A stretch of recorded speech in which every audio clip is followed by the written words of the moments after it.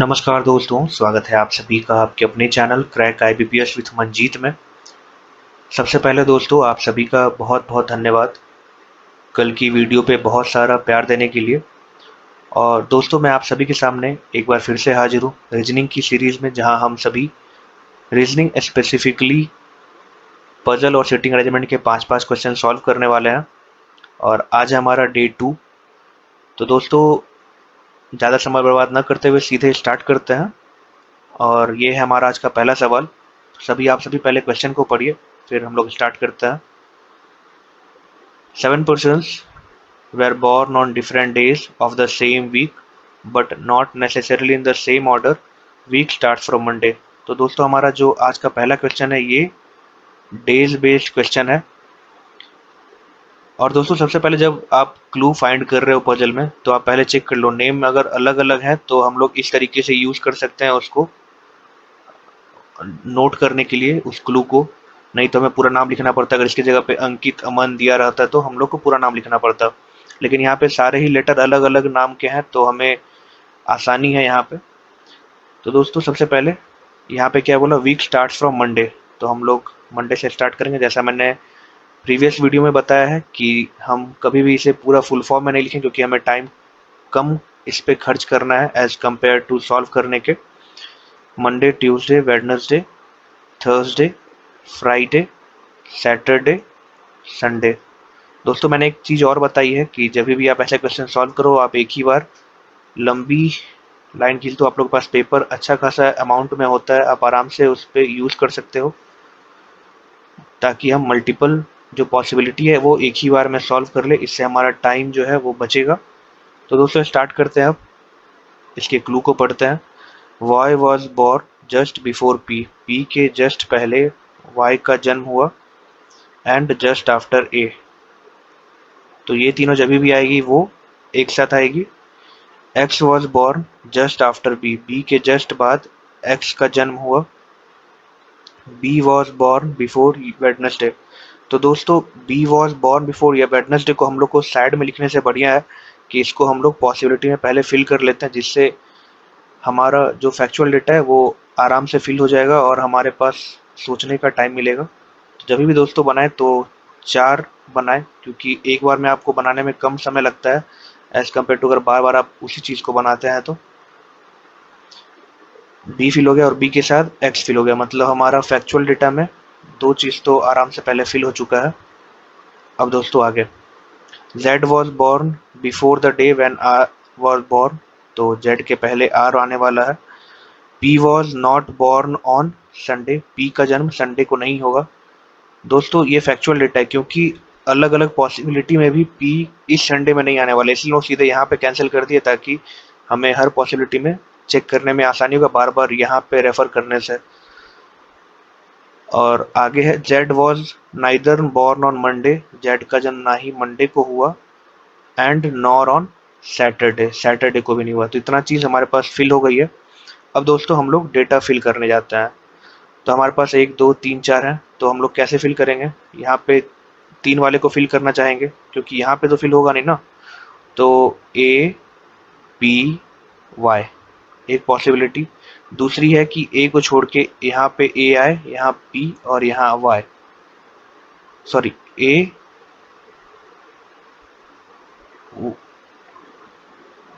थोड़ा पहले इसको जाता है। हाँ दोस्तों थोड़ी सी मिस्टेक हो गई थी। ए वाई पी, ए वाई पी। लेकिन दोस्तों जैसे हमने पहले भी बताया था कि संडे को पी नहीं आ सकता, इसलिए ये पॉसिबिलिटी हमारी गलत हो गई है। अब दोस्तों आगे आते हैं यहाँ पे, ए पी, सॉरी दिमाग में बैठा हुआ है दोस्तों ए पी वाई, इसके लिए ए वाई पी, ए वाई पी। तीसरी भी बनेगी, लेकिन पी फिर से हमारा संडे को आएगा तो वो पॉसिबल नहीं होगा, इसलिए ये भी पॉसिबिलिटी नहीं है। तो स्टार्ट करते हैं अब। जेड, जेड के ऊपर आर, जेड आर। लेकिन दोस्तों हमें क्लू में पहले ही मिला, फाइंड हम लोग कर चुके थे कि जेड जो है वो मंडे को नहीं आएगा, इसलिए हमारी ये पॉसिबिलिटी भी गलत होती है। दूसरा है दोस्तों जेड आर, लेकिन यहाँ पे भी दोस्तों सैटरडे को जेड नहीं आ सकता, इसके लिए ये भी गलत है। तो हमारे पास एक ही ऑप्शन बचता है और यहाँ पे आराम से जेड और आर, यहाँ पे ना ही जेड के लिए कुछ है ना ही आर के लिए कुछ है, इसलिए हमारी फाइनल आंसर ये होने वाली है। और हमारा फाइनल जो आंसर है वो है B X Z A Y P R. ये हमारा फाइनल आंसर है क्वेश्चन नंबर 1 का। तो दोस्तों चलते हैं अगले क्वेश्चन की ओर, हमारा क्वेश्चन नंबर 2। आराम से क्वेश्चन को पढ़िए, मैं थोड़ा साइड कर देता हूँ क्वेश्चन को।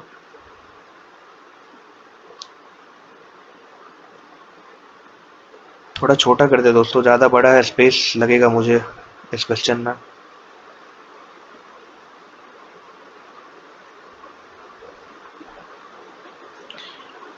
दोस्तों स्टार्ट करते हैं अभी।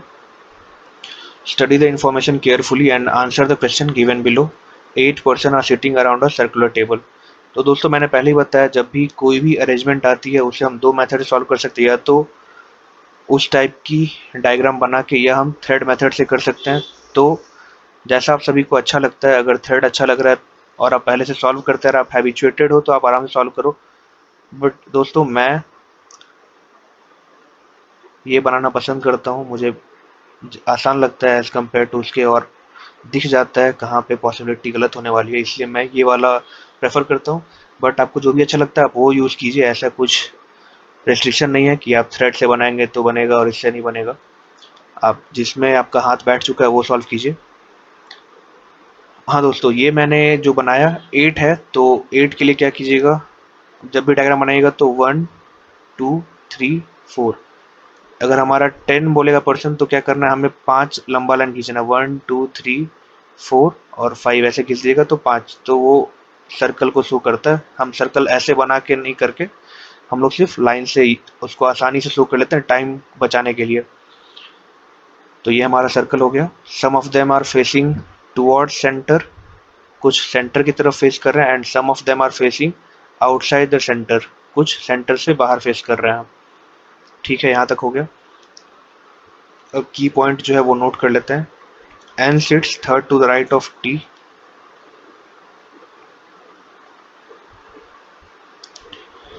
One person sit between N and Q. N और Q के बीच में एक person. 3 person sit between Q and M. Q and M के बीच में 3 person. R sit second to the right of M. R जो है वो second right है M के। P sits second to the right of S. P second to the right of S. P जो है वो N के बीच में नहीं आएगा। तो दोस्तों मैं इसको हटा देते हैं।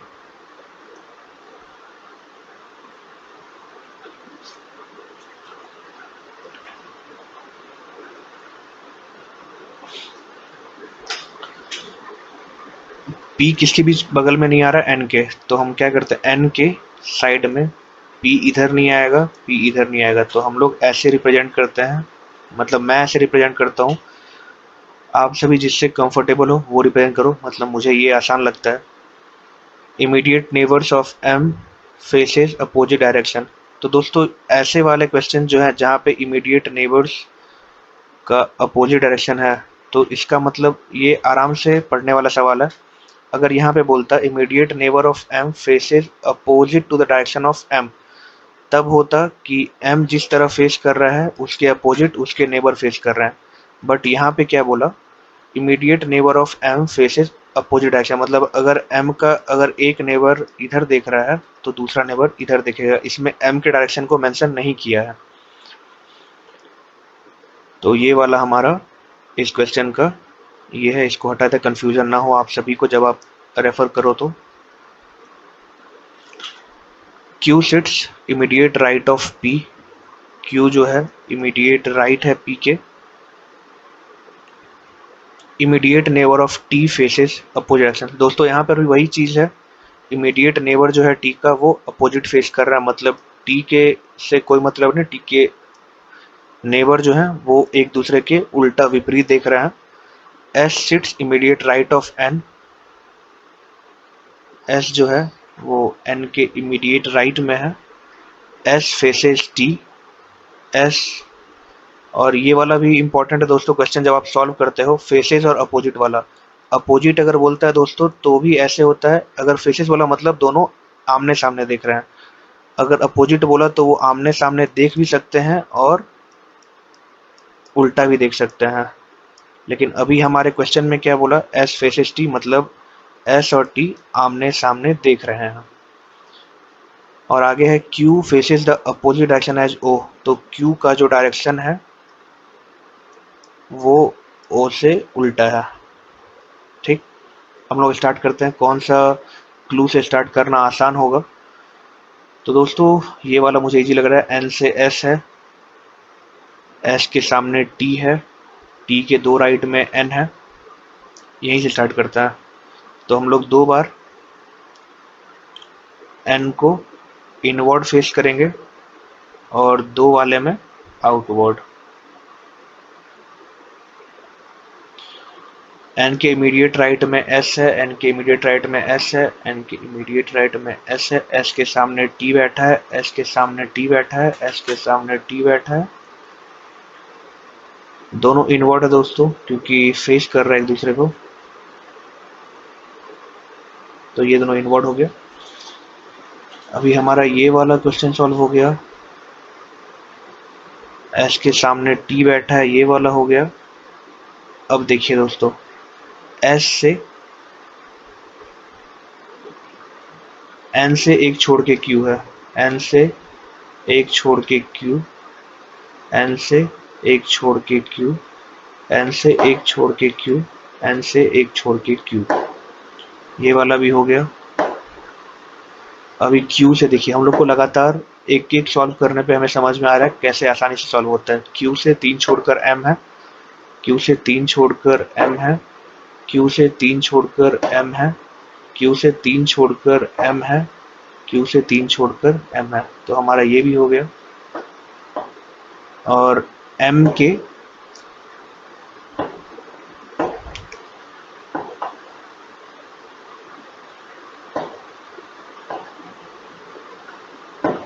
एम के एक राइट में आर है, तो दोस्तों एम जाहिर सी बात है इधर आएगा, सॉरी आर, एम के एक राइट इनसाइड नहीं आउटवर्ड होगा, एम के एक राइट में इधर आएगा, ये इनवर्ड फेस कर रहा है, एम के एक राइट में आर इधर आएगा, ये आउटवर्ड फेस कर रहा है, एम के राइट में इधर आएगा। लेकिन दोस्तों यहाँ पे देखने वाला सवाल है, और एस के एक राइट में पी, ठीक है, एस अगर दूसरे को फेस कर रहा है, एस के राइट में पी, एस फेस कर रहा है एस के पी, पी। लेकिन दोस्तों अगर आपने क्वेश्चन पढ़ा होगा, एम के बाद आर हो गया, ये हो गया, ये हो गया, ये हो गया, ये हो गया, पी के इमीडिएट राइट में क्यू है, पी के इमीडिएट राइट में क्यू है, ये वाला बन रहा है, ये वाला गलत है, पी के इमीडिएट राइट में क्यू है, ये वाला बन रहा है, और ये वाला गलत है। तो हमारे दो पॉसिबिलिटी बचे हैं। लेकिन दोस्तों अगर आप क्वेश्चन में देखिएगा तो ये वाला एक कंडीशन दिया हुआ है, टी के दो राइट में एन है, टी के दो राइट में एन है, टी के, क्योंकि ये दोनों फेस कर रहे हैं तो ये इनवर्ड फेस करेगा, और ये टी के दो राइट में एन नहीं है, मतलब ये वाला भी गलत है। हमारे पास एक ही पॉसिबिलिटी बचा, ये वाला। अभी देखिए आगे आपको और दिखाता हूँ। अब हमारे पास सारे ही जो थे वो खत्म हो गए, एन के बगल में पी नहीं है, एन के बगल में पी नहीं है, क्यू से तीन छोड़कर एम है, क्यू से तीन छोड़कर एम है, एन से एक छोड़कर क्यू है, एन से एक छोड़कर क्यू है, एन के इमीडिएट राइट में एस है, एन के इमीडिएट राइट में एस है, टी से दो छोड़कर राइट में एन है, टी से दो छोड़कर राइट में एन है, और एम के जो नेबर्स हैं वो अपोजिट फेस कर रहे हैं, मतलब अगर टी इनवर्ड है तो ये आउटवर्ड होगा, और ये ओ हो गया, ओ बचा हुआ है, और टी का जो नेबर है वो उल्टा फेस कर रहा है, मतलब ये बाहर है तो आर इनवर्ड फेस करेगा, और क्यू का जो डायरेक्शन है वो ओ के अपोजिट है, तो क्यू बाहर है तो ओ अंदर है। तो दोस्तों हमारा जो फाइनल आंसर है वो है ये NSQPRTMO। O आउटवर्ड है, M आउटवर्ड है, T inward, R outward, P outward, Q inward, S inward, N inward. तो दोस्तों ये हमारा फाइनल आंसर है।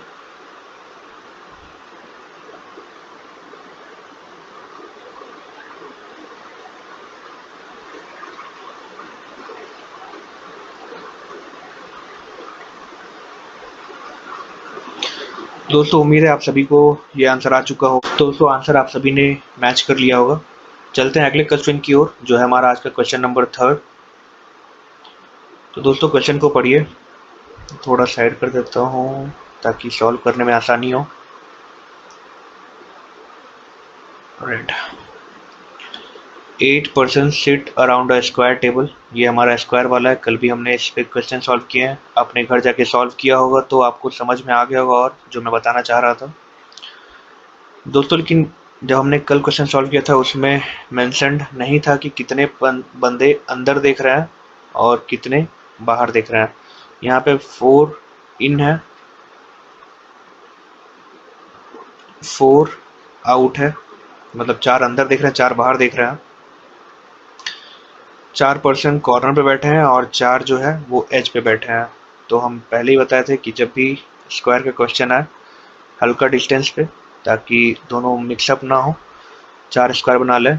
और इसमें मेंशन नहीं किया कि कौन से बंदे आउटवर्ड कौन से इनवर्ड बैठे हैं, सिर्फ मेंशन किया है कि 4 पर्सन अंदर देख रहे हैं, 4 पर्सन बाहर देख रहे हैं। ठीक है, तो उसको अभी छोड़ देते हैं।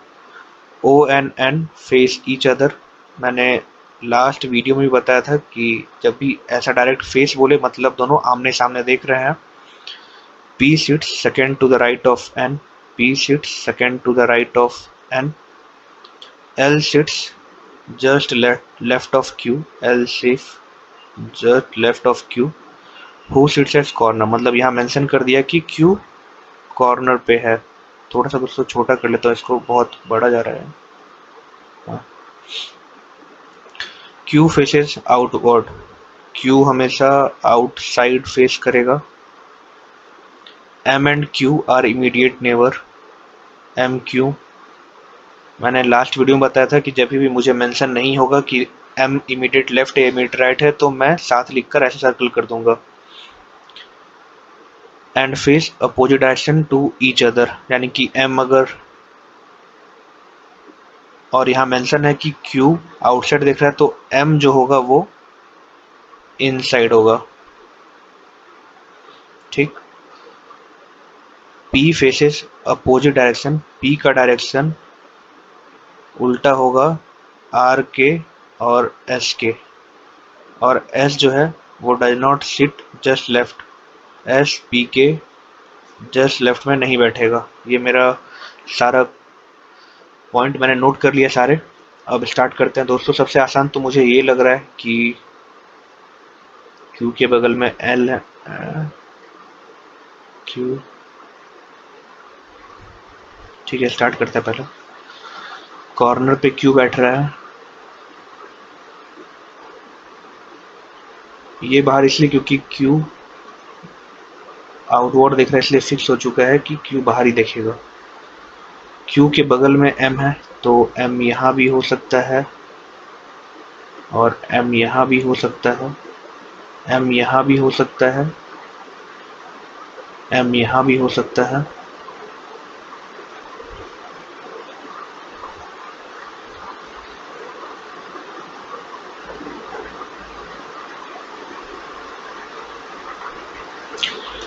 दोस्तों हो गया Q के बगल में M, ठीक, Q आउटसाइड, और Q के इमीडिएट लेफ्ट में L। तो दोस्तों ये वाली तो गलत हो गई, Q के दोनों गलत हो गए।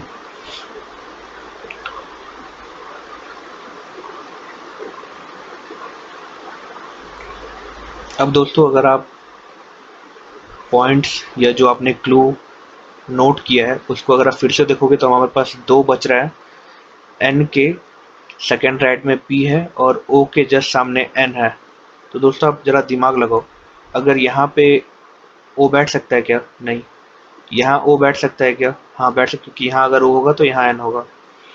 यहाँ ओ बैठ सकता है? नहीं, क्योंकि यहाँ पे नहीं है। यहाँ बैठ सकता है? नहीं, क्योंकि यहाँ पे ये है। यहाँ पे तो हमारे पास एक ही बचा, या तो यहाँ होगा, एन यहाँ होगा, या फिर एन यहाँ होगा, ओ यहाँ होगा। 2 ही पॉसिबिलिटी बनती थी। अब चूंकि दोस्तों एन के सेकेंड राइट में पी है तो एन इनवर्ड नहीं देख सकता है, क्योंकि यहाँ पे एल है। तो ये वाला तो गलत हो जाए, क्योंकि एन और ओ फेस ईच अदर कर रहे हैं, मतलब इनवर्ड ही देख रहे हैं। तो ये वाला कंडीशन सही होगा, ये भी गलत हो गया। एन के बगल में पी और पी के इमीडिएट लेफ्ट में एस नहीं होने वाला है। Okay,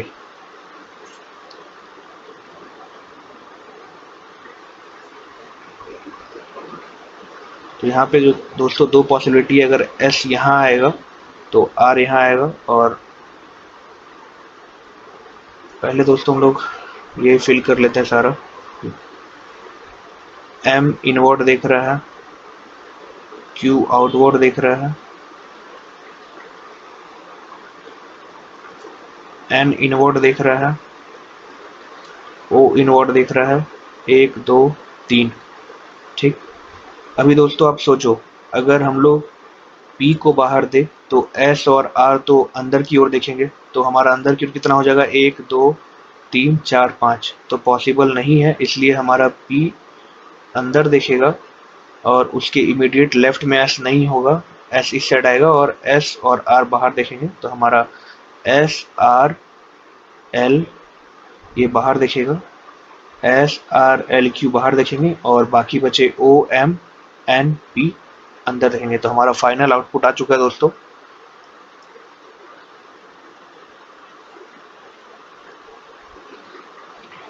P inward, S outward, R outward, N inward, L outward, Q outward, M inward, O inward. तो ये दोस्तों हमारा फाइनल आंसर है। चलते दोस्तों अगले क्वेश्चन की ओर, हमारा 4th क्वेश्चन। तो दोस्तों ये है हमारा 4th क्वेश्चन आज का। आराम से क्वेश्चन को पढ़िए, मैं थोड़ा साइड कर दे रहा हूँ। हाँ, तो स्टार्ट करते हैं दोस्तों। आप 1 मिनट पढ़ लीजिए।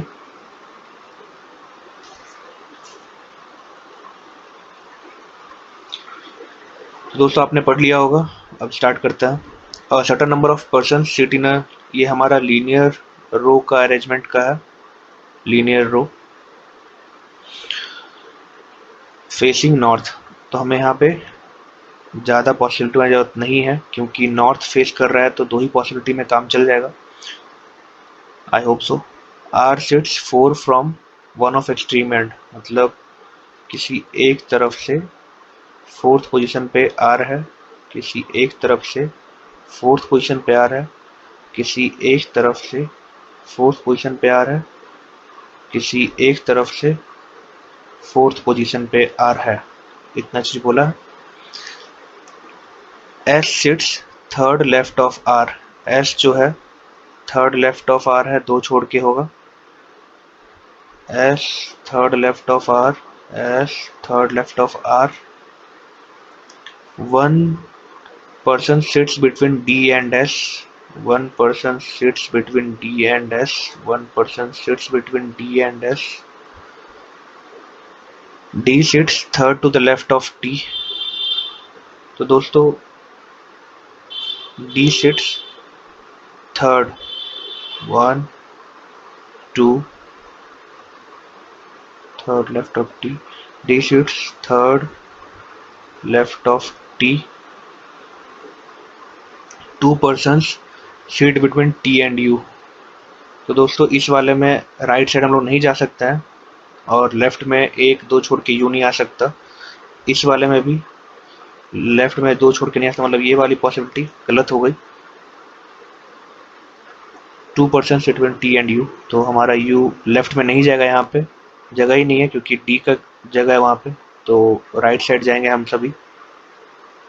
You who sits just left to B, who sits just left to B, and more than one person sit between R and B, more than one person sit between R B, और X जो है वो second to the left of L है,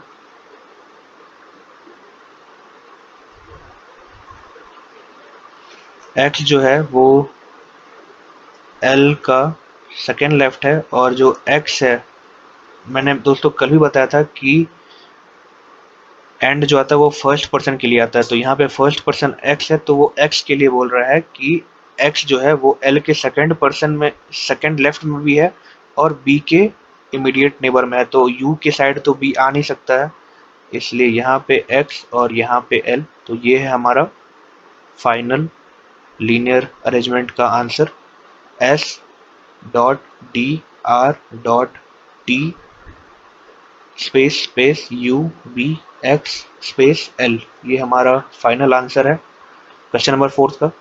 तो चलते दोस्तों अगले question की ओर, हमारा फाइनल आज का लास्ट क्वेश्चन, क्वेश्चन नंबर 5। तो दोस्तों आप सभी क्वेश्चन को आराम से पढ़िए, 1 मिनट मैं क्वेश्चन को लेफ्ट कर दे रहा हूँ।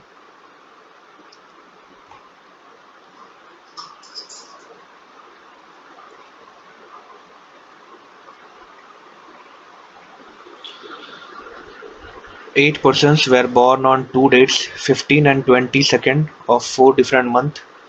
तो दोस्तों ये मंथ और डेट वाला टाइप है, डेट मंथ।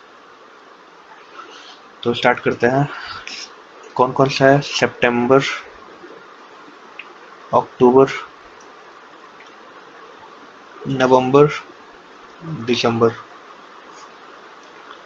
दोस्तों मैंने इतना स्पेस इसलिए दोनों के बीच में दिया है क्योंकि हमें 2 डेट्स डालने हैं इसके बीच में।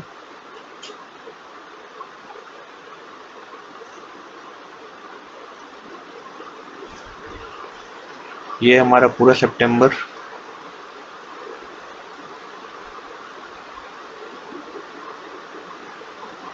दिसंबर, नवंबर, अक्टूबर, थोड़ा ज़्यादा हो गया,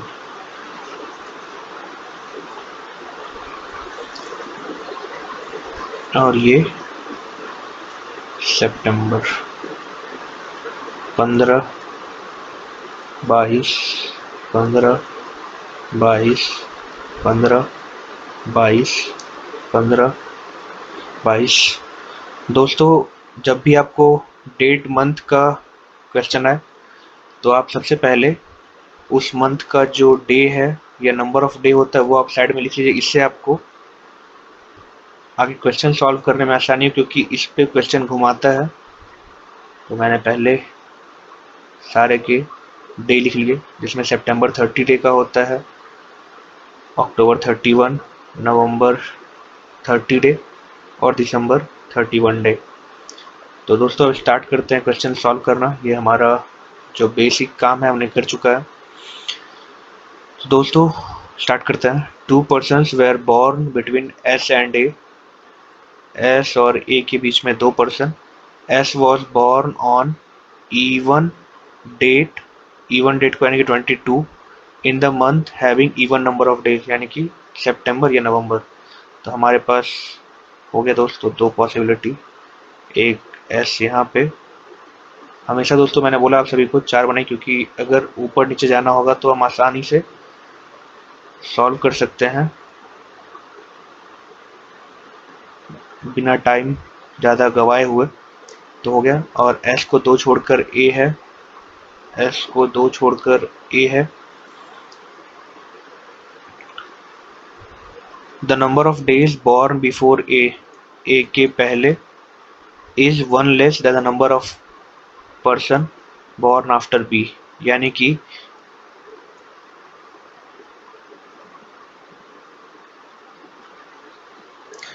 कि A के ऊपर अगर 1, 2, 3, 4 है तो B के नीचे कितना होगा, 5 होगा। 1, 2, 3, 4, 5, B यहाँ आएगा, B यहाँ आएगा, S 1 2 A 1 2 A.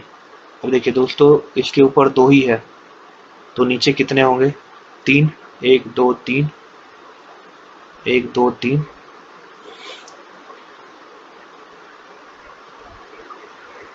Q was born just before B।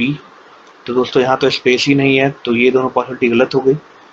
Q was born just before B and 2 person after R। दोस्तों मैंने पहले बताया जब भी एंड दिया हो तो हमेशा वो फर्स्ट पर्सन के लिए होता है। तो यहाँ पे Q की बात हो रही है कि Q 2 person after R।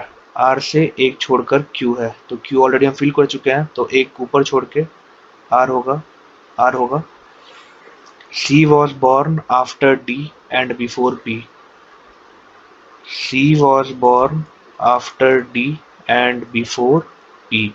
C was born after D and before P यानी कि P C D D C P दोनों ही दोस्तों सेम पॉसिबिलिटी नहीं बना हमारा, दोनों ही सेम आया तो हमारा फाइनल आउटपुट यही है दोस्तों। एक बार मैं लिख देता हूँ साइड में DRAQBSCP ये हमारा फाइनल आउटपुट है। तो दोस्तों इसी के साथ हमारा आज का सेशन खत्म होता है 5 क्वेश्चन का। और उम्मीद दोस्तों आप सभी को मजा आया होगा आज के सेशन में।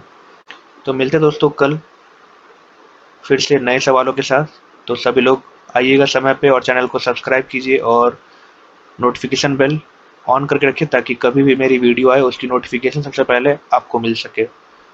तब तक के लिए टेक केयर, गुड बाय।